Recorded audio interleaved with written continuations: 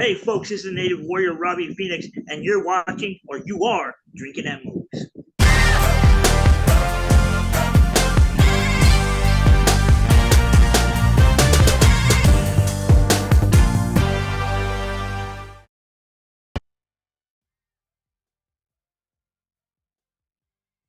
All right, everybody, taking time out before we get this show started.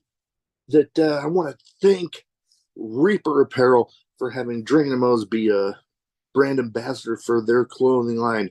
They got good stuff. They got t-shirts, they got hoodies, they got beanies, they got lots of great stuff, encouraging everybody to break out of their comfort zone, live their best self, and hey, it's something I try to live every day.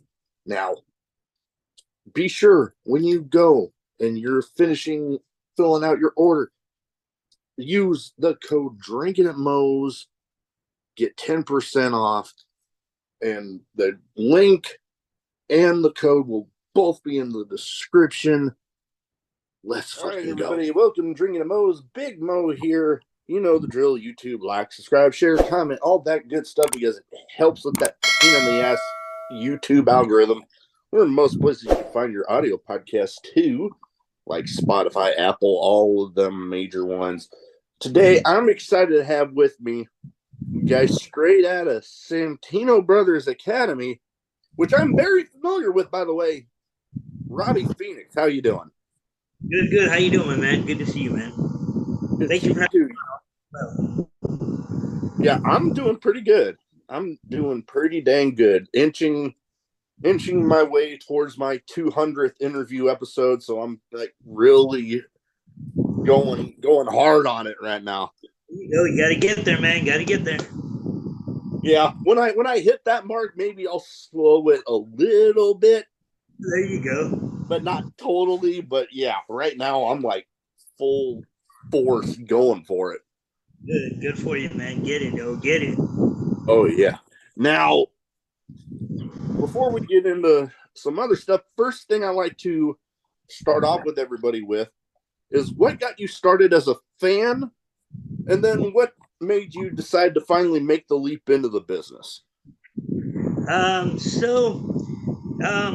a fan, it was one of those things where it was an accidental thing. I was as a kid just changing channels, and I got onto came on the wrestling channel where I believe it was a WWF, one of those Saturday morning shows.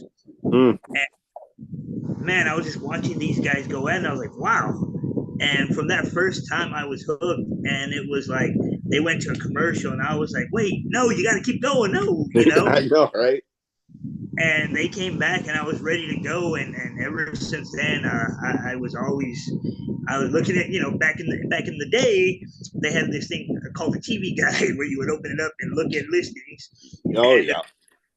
I would find out when wrestling was, and I didn't realize, man, there was a lot of wrestling, and I was like, wow.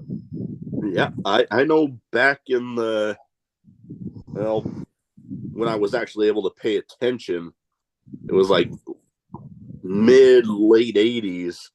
And yeah, I guess I never realized how much at the time there was.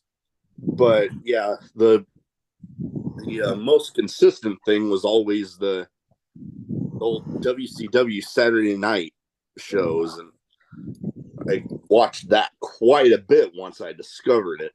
And yeah. I always think my family thought that I'd like grow out of it. Like I remember my dad specifically telling me after he took me to my first ever WWE show, thought that once I got to see it live, maybe I'd grow out of it. Nope. Right, it's same, man. My family thought I'd grow out of it at some point too, and I never did. No, yeah. Hell, I didn't get started on independent wrestling until much later. Like I was stationed with the Navy in San Diego when I got introduced to independent wrestling, and we'll go into a little later.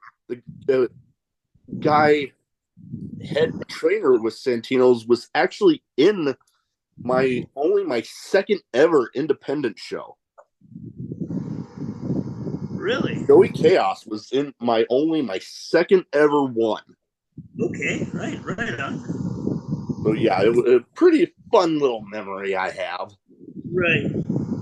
But then when it came for you time to decide to make the leap in, do you remember like anything specifically happening? Like was there just that time where you're like, you know what, I want to do that?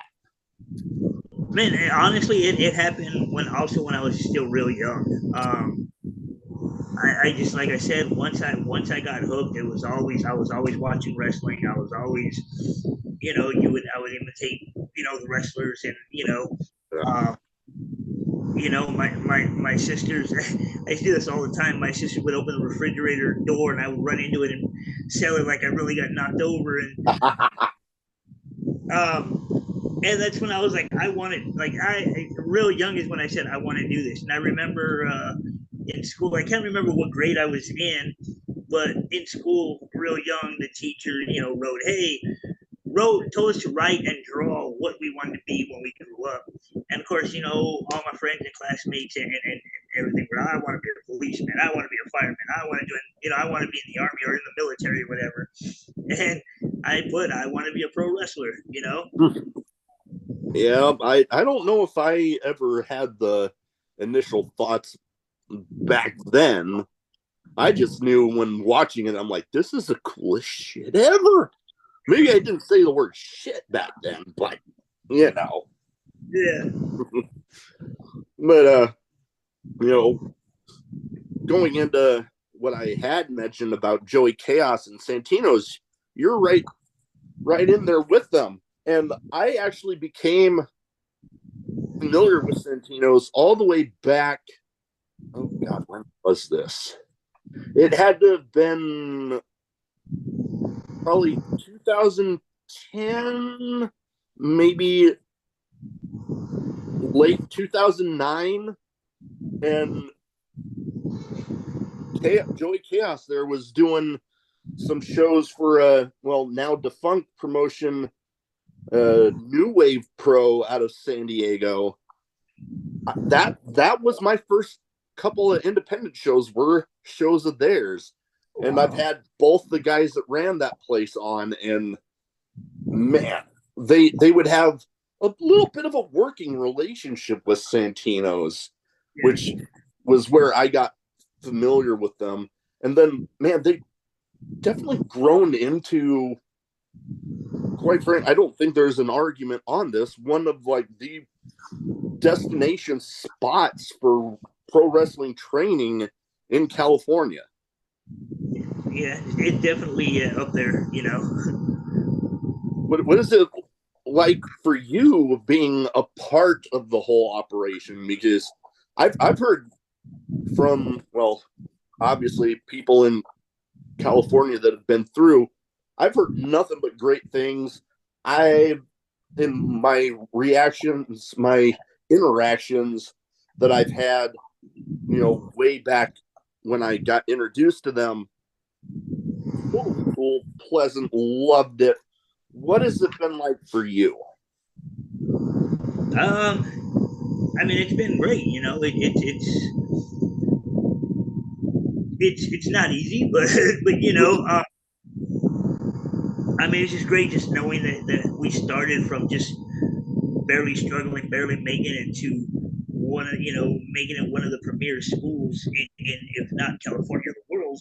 And I say the world because I mean we've had people from around the world literally travel from around the world just to come and take classes at Santino Brothers. That I think that right there is what's special to me. It's like we're reaching people from around the world. They're literally, whatever savings they got, they're using it to come down to the U.S. and use whatever else they got left to train, and however long they can, and then they take that and they take it back to their country, and they're like, yeah, we're gonna use this, and by all means, please go ahead. Yeah. And it's just so cool just to know that. Oh, totally. I know for me, even people that, as far as I'm aware, they haven't ventured out and done shows out in California.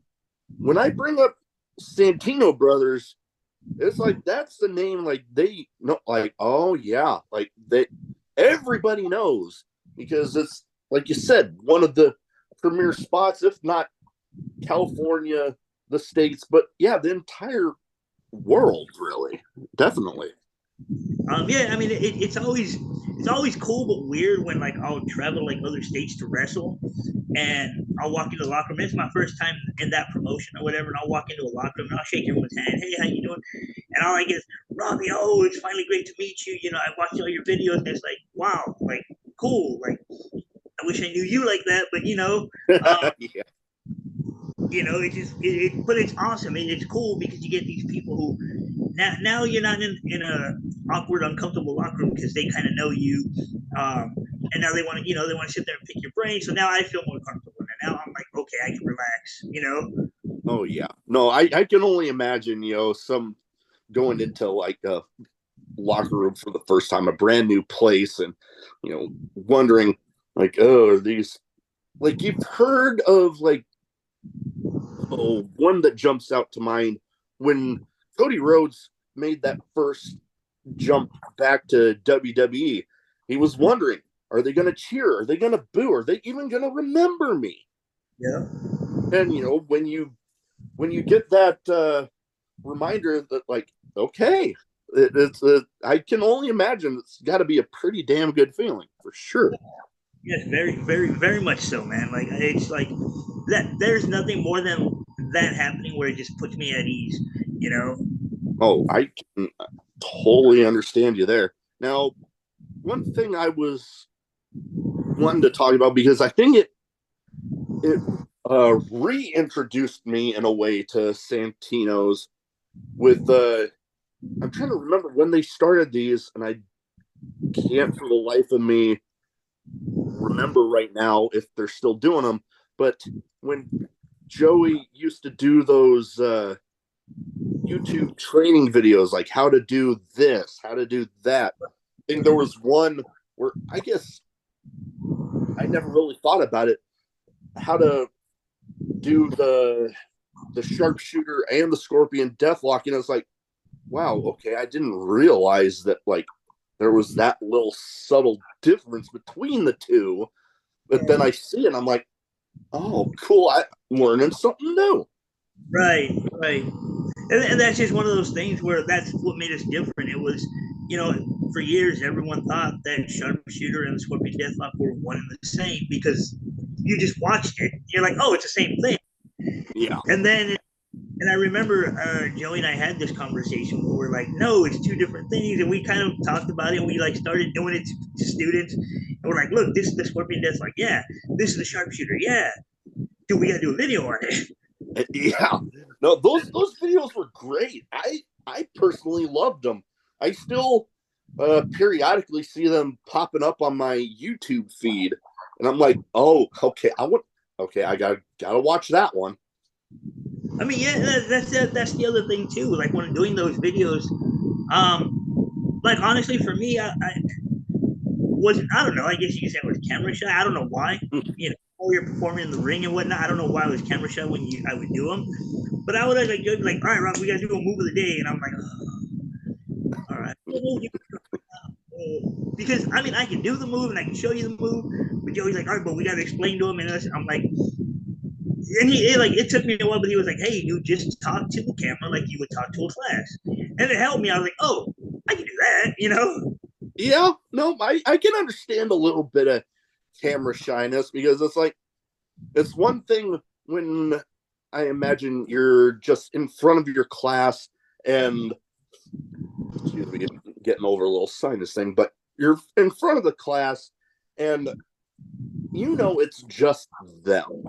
It's just that group right there. But then the audience on YouTube, you add that to where it could be thousands, millions, whatever, and you're like, oh shit. Okay. Exactly. I mean, Yeah. it was the exact thing. It was like, all right, Rob, we're going. And I'm like, oh shit. Oh God, you know what? That right there is another reason why, other than like putting the shows together after I get done recording them, I've yet to watch back one. Right. Because I'm just like, I feel like I would just be picking myself apart. Like, oh God, you paused too much there. Oh, Right. maybe you shouldn't have said that. Like, oh God. There's been times where I'm like, I would tell you, like, as soon as we're done, like, oh, dude, that sucked. But like, no, no, it was good. I'm like, no, dude, I'm like going, well, I'm trying to explain the move. Like, I don't know what I'm saying. You know what I mean? It was fun, but it was, in the beginning, it was kind of nerve wracking. And then once I started, doing it more, I got comfortable. Obviously, you get comfortable after a while. Oh yeah. But yeah, I mean, those first few, I was like, all right, we're on. And I just look at the camera like, oh, shit. Hey, this is Robby. I might, I would even sometimes even flub my name. How do you flub your name? Yeah. Oh man. Yeah. Oh God. I have so many times like I have fun in the process of doing the shows. Like right now, I'm having fun. But Like, it's just like the act of watching it back, I'm just like, oh God. definitely, dude. Like, I mean, I even do that on my matches. Like, I'll watch matches and I'm like, Jesus Christ, like, why did I do that? What, And I'm picking apart everything. And, it's like everyone's praising it. Hey, great job. Or, they're sending me messages that they saw the match or whatever. And I'm like, I watch it back. I'm like, oh my God, like, why did I do that? Like, why am I, Yeah. like, Oh, it's weird. oh, I can totally relate. I've had the same thing with the show. Like I might pick certain stuff apart, like I've said, but then other people are giving me lots of positive feedback. So I'm like, okay, Yeah. all right, I can breathe easy. Yeah. Like, it's not that bad, actually. I Yeah. mean, where I feel like the match maybe didn't go as good, and I'm kind of upset about it. And then I'll watch it back, and I'm like, oh, wait, it's actually not that bad. It's not as bad as I made it out to be. I'm like, Yeah. okay, I guess I can live with it, Oh, totally, totally. Now, another topic I had here because I saw one of your posts on, I think, Facebook that lately there's been a few people that at different times have been known as a little bit of a belt collector. And this saw you right now have 5. Yes, I Right? currently hold 5 titles. Yes. And it's like a little mix of there's like 2 heavyweight titles, and then there's a couple of tag titles in there. And thing that I always like to ask when people have that experience with both, what do you say you prefer? Do you prefer tag or do you like, just one on one in there like that? It all depends. It all depends. Like, I mean, for myself, for the most part, most of my career, I've been a singles wrestler. So yeah, I would prefer one on ones.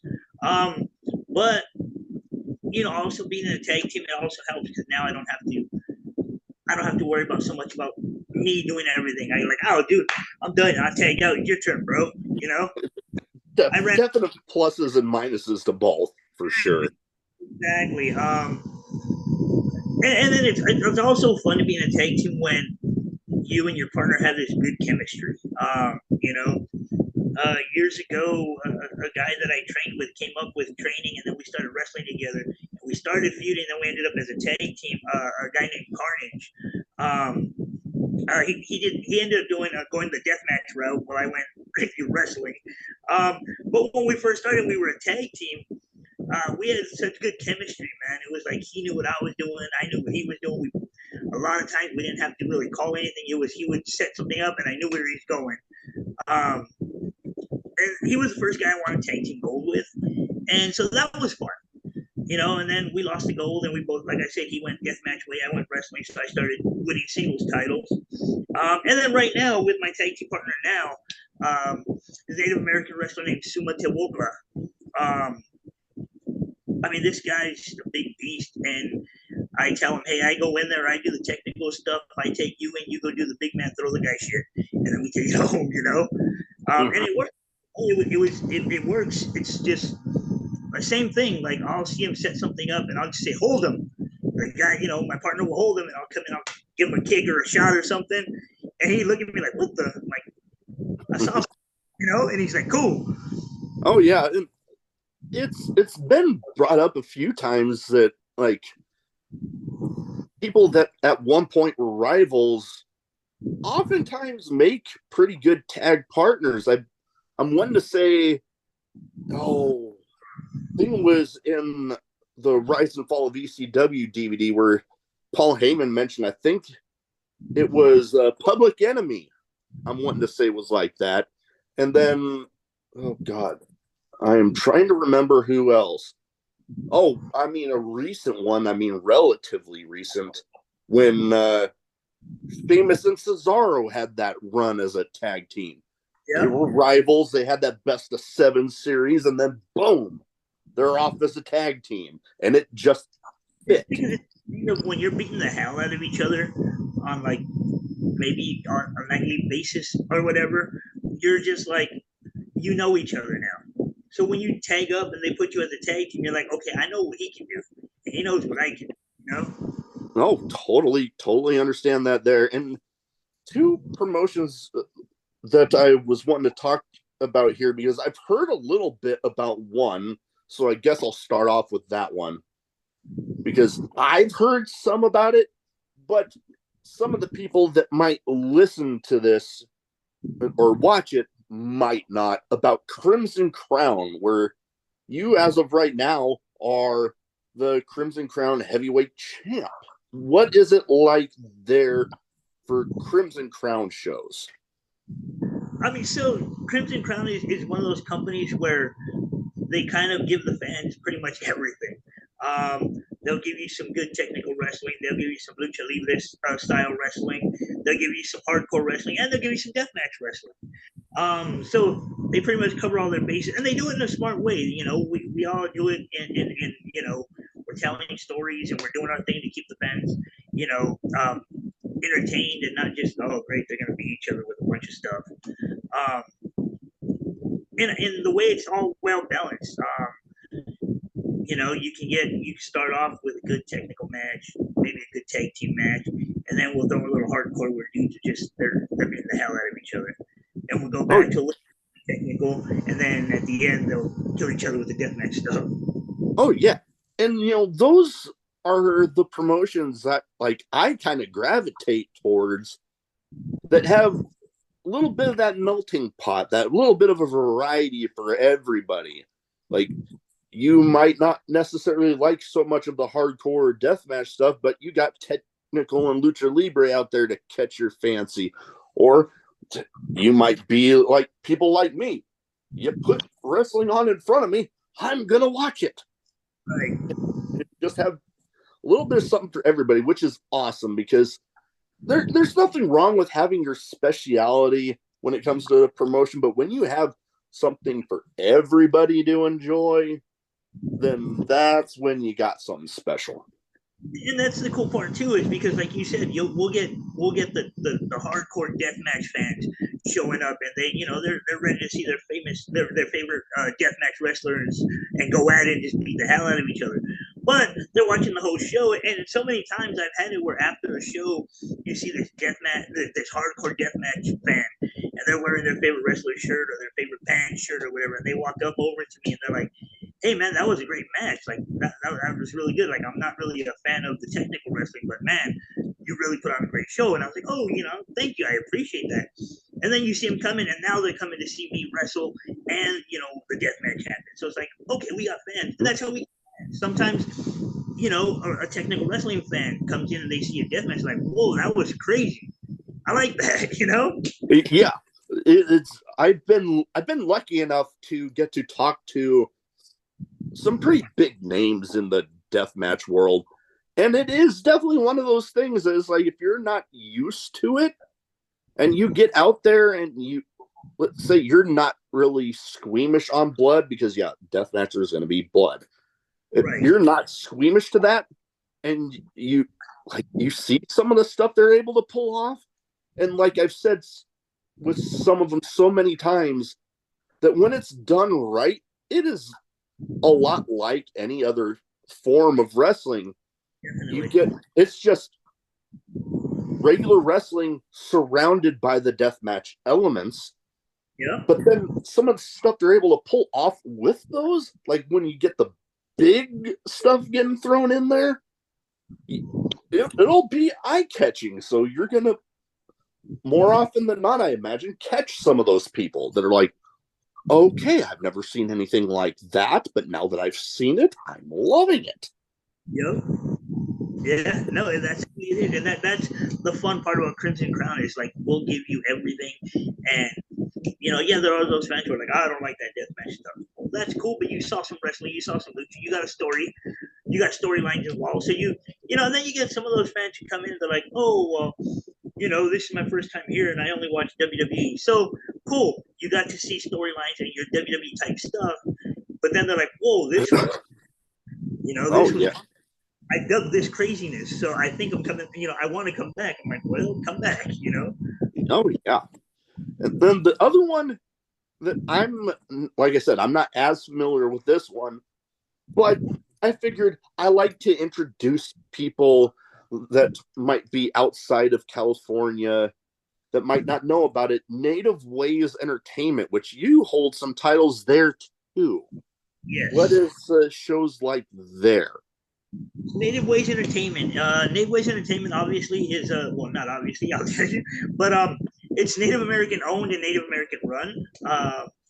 Basically, my tag team partner Suma, that's his company, and it was just one of those things where just when we were coming out of the pandemic and we were starting to open up again, he had hit me up and he's like, hey, dude, I want to do this thing. I want to put this show together. I want to, and at first it was just a show. It wasn't even a company. He's like, I want to put this show together where it's native owned, native run, and we have some native wrestlers on there. And he just wanted to do something for the Native American people. He's like, we're never represented in a right way. Uh, and I think if we just show that we're strong, and I believed in everything he wanted to do, so I was like, bro, let's do this. Um, and he was like, well, we kind of do need a name for it. We can't just put Native American Wrestling. And I'm like, okay. And so he came up with Native Ways Entertainment. I was like, that sounds good. I like it. And he came up with everything else. And he booked it up and everything in Arizona where he's from. And yeah, we had a lot of wrestlers come from all around different states to come and do this show. And that's basically how he does his shows. He'll book the people that he wants on his show, and they're from all over the states. Native Americans from all over. From like I said, Arizona where he's from, California where I'm from. Guys from Texas, guys from Oklahoma, guys from even guys from Canada, Native Americans from Canada. Um, and it's just one of those things where you know he believes in what he wants to do, and I believe in him, and he works hard at it, man. That's awesome, and giving the people of that community like some strong role models, because I can understand some of the difficulties that happen, and then you might draw in some new people and they're like, oh my god, they just get drawn in, and they get, because everybody, regardless of ethnicity, some have more positive role models than others, but when you're in one of those that maybe a little lacking there, and you start getting those in there, then you start changing the mold and getting to have those in there and kind of breaking a cycle that, at least for that person, might have initially not been good, but now, since they have that positive role model, things can start changing for them. it gives those young people, like you said, who maybe might not have that role model that some other ethnicities have, and they look at us and they're like, wow, these guys are doing it. These guys are traveling around the world, and they're traveling around the country. Like, man, I can do this. I can do what I want, or if I want to be a pro wrestler, I can do it. I don't have to just be like whatever, you know. Yeah. Now, I have two categories here that I kind of like to round stuff off with. One's a bit of a name game where I name off some people and I try, like, you get, you hear the name and you give your, like, a couple quick thoughts on the person. And I try to, as much as possible, theme it towards the guest. And with the involvement, like we started off with Santino's, each of these people has been through Santino's. Some pretty big names. One kind of caught me off guard a little bit because I guess I didn't realize it. And two of these have actually been former guests on the show. Okay. So I give you the name, you give me some quick thoughts. First one of the former guests, I was pretty excited to have him on. Famous B. Famous B. Great talent, great guy.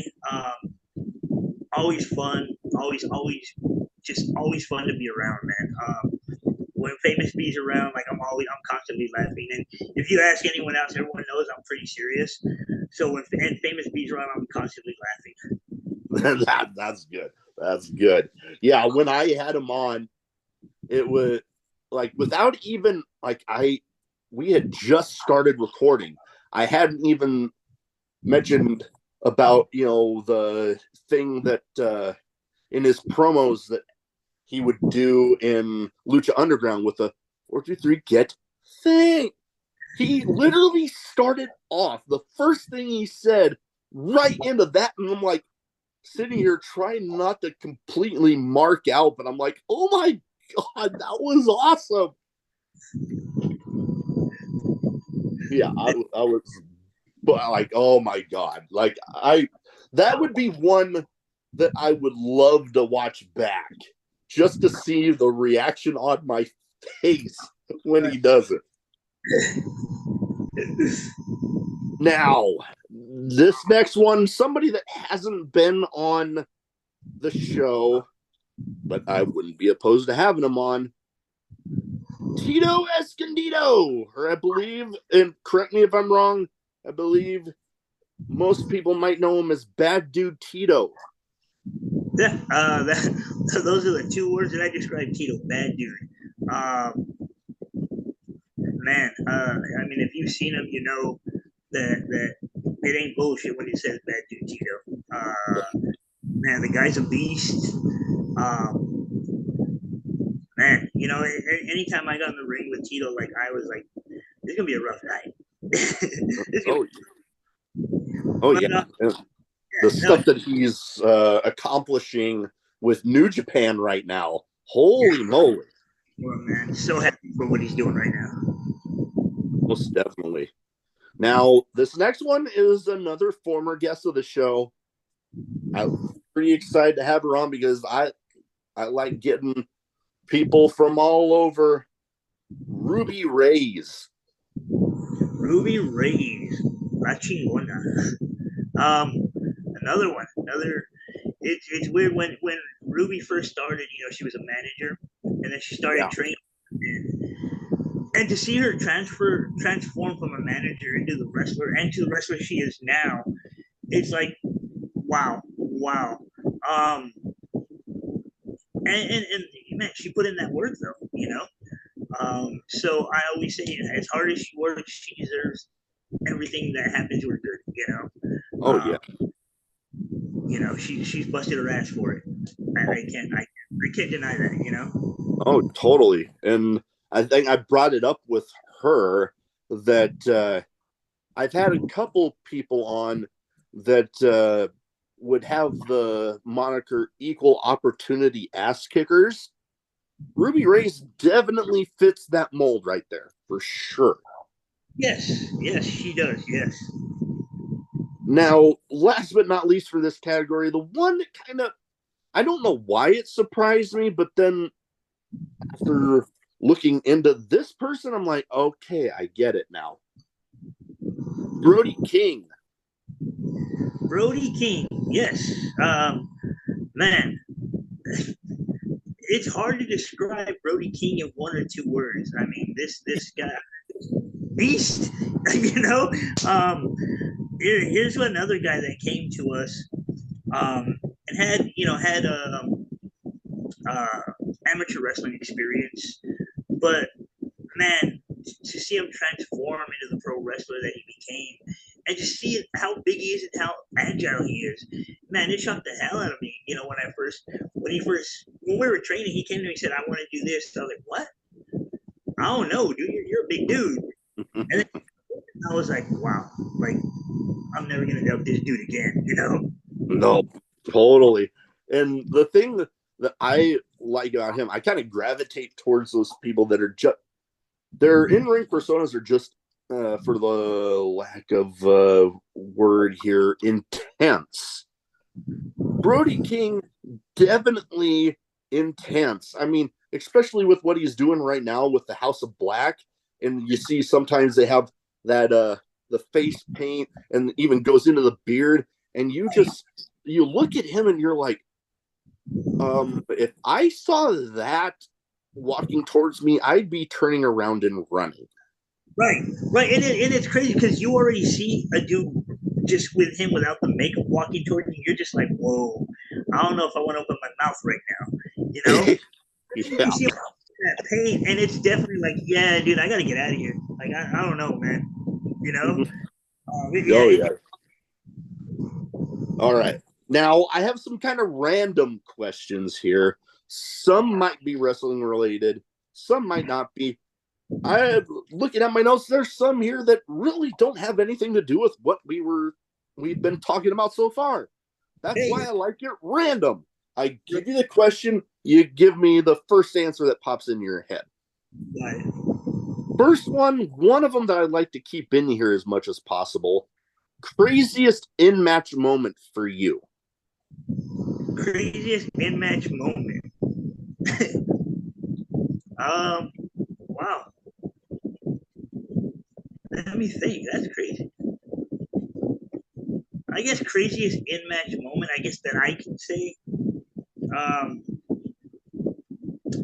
is yeah, making fun of my old tag team partner Carnage. But so we were in a match, and when we were the tag team champions, it was up in a company up north somewhere. I think Porterville was the name of the town. And so we were in a match, and so when we drive up together, it would normally be we would leave. We worked together at a shoot job, so we'd leave that job, drive all the way to NorCal, wrestle, and then go right back into work the next day. So on the way up to our match, we're pounding the Red Bulls and all that, and when we get to the show, we're jittery and whatnot, and so we're just about to go out, and Carnage just kind of puts his arm around my shoulder and goes, "Dude, I gotta take a dump." I'm like, "Bro, we're," and he's like, "We're like, my stomach's feeling weird." I'm like, "Dude, like we're about to go out right now. I don't even think you have time." And he's like, "Fuck, all right, well let's just go." I'm like, "All right." So we go out, we start doing our match, and all I remember is our one of our opponents whips him off, scoops him up in a gut wrench, and then drops him, gut first on his knee, and he sells and he takes me out. He goes, "I don't have to take a shit no more." And I was like, Oh no. "Bro, I don't want to shit." So I just got in and started doing my thing, and when I get time, I'm like, "Dude, are you okay?" And he's like, "No, keep going." So I had to keep working just to see if he was, if he shed himself or not. I never really knew. He never really told me if he did or not. But just the fact when he rolled out and said, "I don't have to use a bath. I don't have to take a shit anymore," I was like, "Oh." That just immediately puts in my head that he shit himself. Yeah. But I mean, there's been stories out there. Hell, John Cena's even admitted that at one point in a match he shit himself. So I mean, it happens. Right, no, it happened. It was just, I mean, that was just funny because it was like we were doing our thing and he just tagged me. Didn't even say anything. We didn't like, he didn't even like really sell the gut. He just kind of tagged me. Well, I was like, I don't shit no more. I was like, okay, so is he gonna fall out or what's gonna happen? That's funny. Yeah, I love keeping that question in there because I just love hearing the stories behind everything. Like I remember, wanted to say it was Lloyd Anoa'i told me the story of a match involving him and New Jack, and they both ended up going through a wall in the venue, and Paul Heyman ends up yelling at them after the match, like, "What the fuck?" So I was like, okay, that was a good one. And then I've seen some pretty crazy ones myself, like a friend of mine being in a ladder match, and they had the ladder bridge between the ring and the guardrail, and then I see him with a guy on his back and jumps and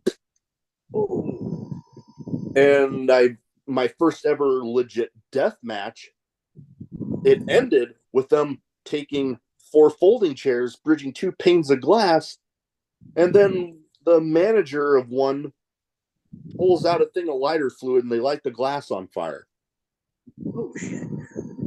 I was like 3rd row for that one. Wow. Yeah, it was insane. Yeah. Now, this next one, I've had it in here like once, maybe twice before, but it brings up a good conversation sometimes. If you had what I like to call like fuck it money, like if you won some big ass lottery jackpot and basically you could just be like, fuck it, I'm buying this, what would it be? Wow, if I had some fucking money and what I would buy. Huh. You know what? My dumbass would probably buy a wrestling ring. Okay. That would be, hey, good investment when you're in the business. Right. Yeah, I like, oh god, I could think of so many things. That the only thing that really gets to me when it comes to like big sums of money like that is when people would be like, oh, you could never spend that much money. I'm like, give me that much money and watch me. Right. Tell me that I have to get rid of all that money within like 24, 48 hours. I will have every cent gone. Yep. Now, Always funny when people say like, "You can't spend that much money," but like, watch me. exactly. That is the first thing that comes out of my mouth every time I hear somebody say that. Literally, just watch me. Yeah. Now, the next one I have here, a lot of the pro wrestling business is involved with traveling, whether through the air, on the road. A lot of people, especially on the road, might have a road trip playlist. What would you say is a song or two that you might have on yours? A song or two that I might have on mine. Let's see. And one of the ones I always love playing when I'm on the road is it's a version of the song "The House of the Rising Sun."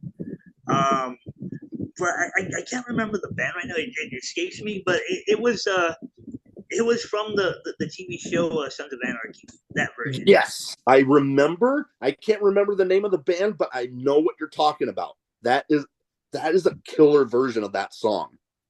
That one. It's funny. It's that one, and then Five Finger Death Punch version. Um, I Those both good. Yeah, I definitely. I think I have just about every season of Sons of Anarchy. But yeah, it's been a while since I've watched it. I might have to give that show a rewatch. Now, I would feel weird with the name of a show like Drinking at Moe's if I did not have this question on here. Because, I mean, people that end up watching this will see that, yeah. There you go. I finished my drink right now, but what would you say favorite drink, whether it be alcoholic or non, or hell, one of each if you want. Okay, so non-alcoholic, my favorite drink is Coke Zero. Okay. Favorite alcoholic drink? It's kind of a tie. If I'm just having a beer, Corona. Okay. But one alcoholic drink that I really come to like a lot, and I if I don't make it myself, I'll order it when I'm out. Is it's basically a Corona margarita. So they make you a margarita, and you get the small Corona. And so that, I don't know why, dude. It's just that always hits the spot.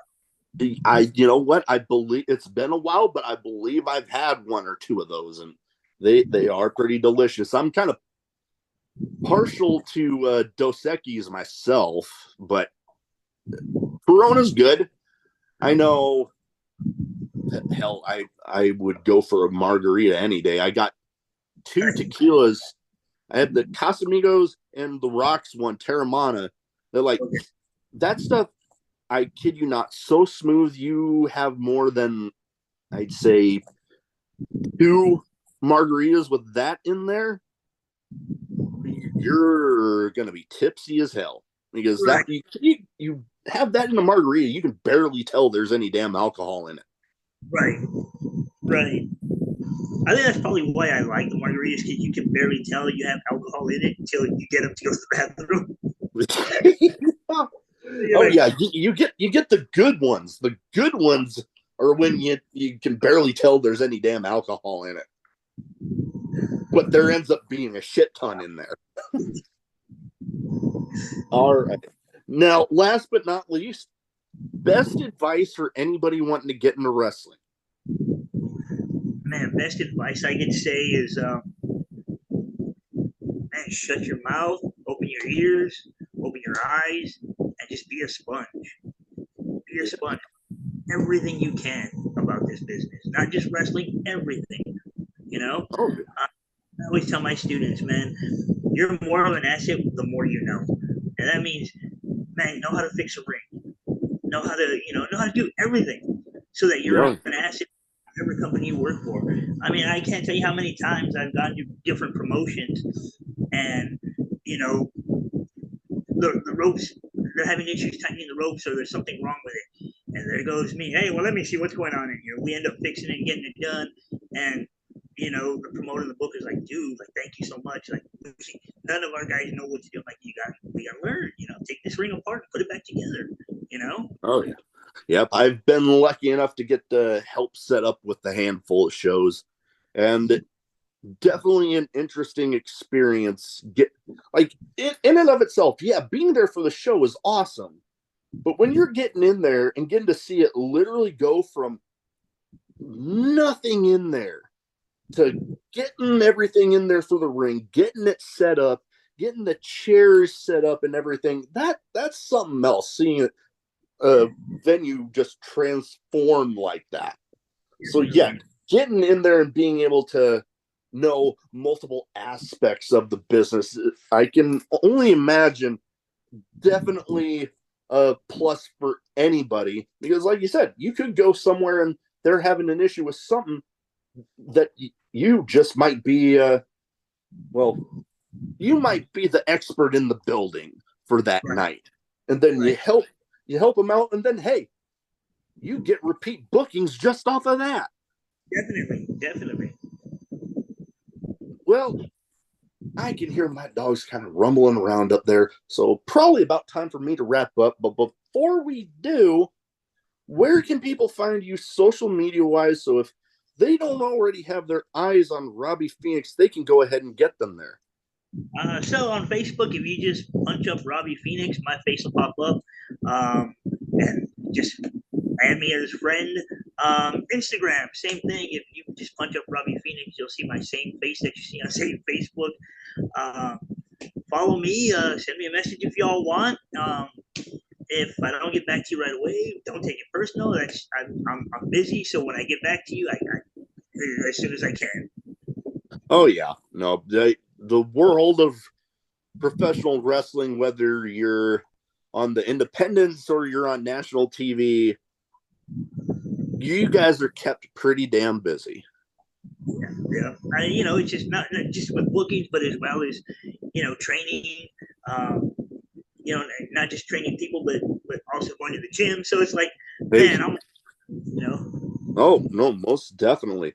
Well, we will have all the social medias in the description, but that is about it. Thank you for taking the time to talk to me tonight, and best of luck out there with Crimson Crown, Native Ways Entertainment, and Santino Brothers. thank you very much. I appreciate it.